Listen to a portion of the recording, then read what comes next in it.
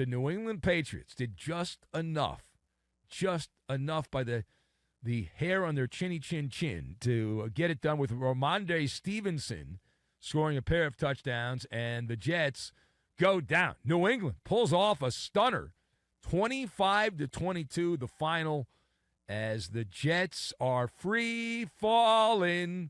The Jets are now 2-6 on the year, and Aaron Rodgers post-game ranting and raving. And we have a little taste of Aaron Rodgers here in the darkness the Jets find themselves in. Let's go to the audio tape. Yeah, I've been in the darkness. You got to go in there, make peace with it.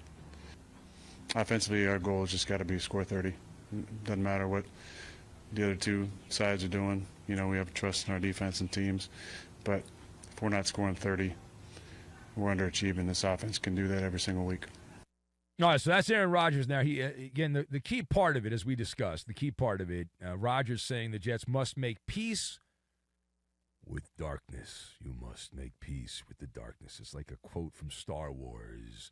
How do you feel about all that? So I've got Simon and Garfunkel, Baywatch, and Vatican.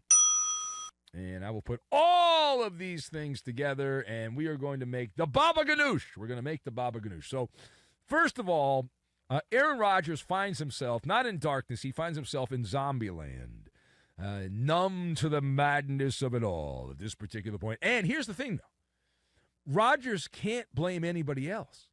He's in the captain's chair. He is, right? We all know it. Rodgers has a direct role. He is the puppeteer. And the front office, all the way to the ownership, Woody Johnson, they're all puppets. Whatever Aaron Rodgers wants. He blamed Robert Saleh, so Saleh's now eating cheese curds in Green Bay. Saleh's out. Fine. Got rid of the coach. You want a wide receiver? You want your old buddy from the Packers? We'll make the trade. Why not? Davante Adams. How's that working out? Don't ask. None of it has worked. They all stink. The Jets are 0-3 under their interim head coach, Jeff Ulbrich, and have lost 5 straight games overall. Davante Adams. Now, he might be a Jet and former Raider and Packer, but he's playing like a Jag. Just a guy. That's all he has been since he got to the Jets.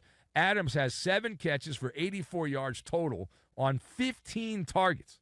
So less than 50% conversion rate when Rodgers, who has this great kinship with Davante Adams, has targeted him less than 50% completion rate. But wait, there's more. Despite those game-changing numbers, the soundtrack is it's an old Simon and Garfunkel tune. Hello, darkness, my old friend. I've come back to talk to you again, and it's the Jets who find themselves in last place. And Rodgers taking the entire franchise on a very nice darkness retreat. Knock yourself out. Have a fine time. Now, one of the Patriot defenders, been in New England for a few years. He was with the Dolphins. Devon Godchaw said that Aaron Rodgers, he said, quote, don't look the same. He said after the Jets' loss, is that an overreaction or a smart take? Well, it is an accurate breakdown. The Jets have not scored more than 24 points in a single game this season. And Mr. Hall of Famer Aaron Rodgers has now lost games started, or either started by or played the majority of the game, to Russell Wilson, Bo Nix, Sam Darnold, and Jacoby Brissett, who did not start but played the balance of the game. Those are the quarterbacks on the other side from teams that have beaten the Jets. Now, secondly, we now go to Houston. This was a key AFC South matchup, if you want to put that in air quotes, key. The story here, Anthony Richardson, who is not only a quarterback, he's terrible. He also left the game for the Colts after on a critical third down play because he was tired. And how do we know that? He said it. He said he left the game because he was tired.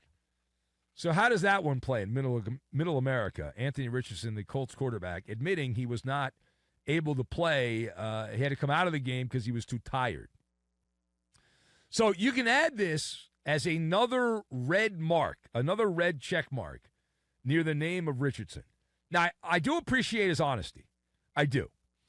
But he's got to get just roasted for this because you're supposed to be a world-class athlete, and you can't handle 60 snaps a game sometimes not even that much, in a 60-minute NFL game where you play half the plays. Richardson's not on special teams. He's not on defense, so you don't even play half the plays. The bigger problem, though, forget the fact that he had to come out of the game because he wasn't in good enough shape. The bigger problem is that Anthony Richardson needs Baywatch. He needs the show Baywatch back because he is drowning. He needs a lifeguard to save him at this point. It is bad to the bone. Richardson, 10 of 32 passing for 175 yards and a touchdown and an interception. And that doesn't even begin to do justice to how bad Richardson was in this game. It was described by those that witnessed it as one of the worst halves of football that has ever been played by a starting quarterback in the NFL. Richardson in the first half attempted 15 passes, completed 2 of them. He was 2 for 15, a touchdown and an interception at halftime. It's amazing that the Colts got back into the game, and it shows you that the Texans are not playing all that well, that even though the other team's quarterback blows, they still did not blow the doors off the Colts. But Richardson, there is zero progress. He is worse than he was a year ago. He's completely overmatched by the NFL. And at some point, the Colts are going to have to figure this out. They got to get rid of the guy. He can't play. He's not getting better. What are you doing? Like, enough.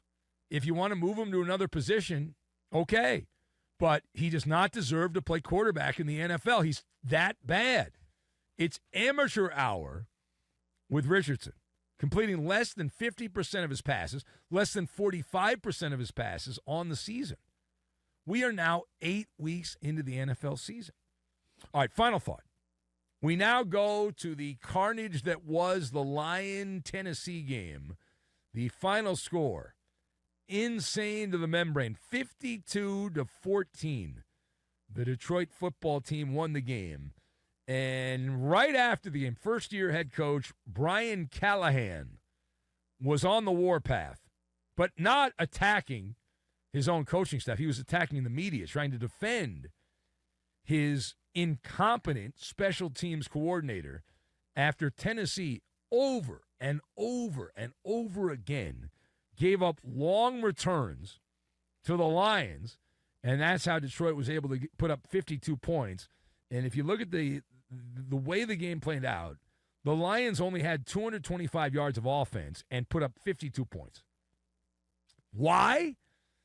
Well, because there were no special teams. So what should Tennessee do with their special team coordinator, Colt Anderson, at this particular point? Well, the answer here is obvious. There's only one acceptable answer.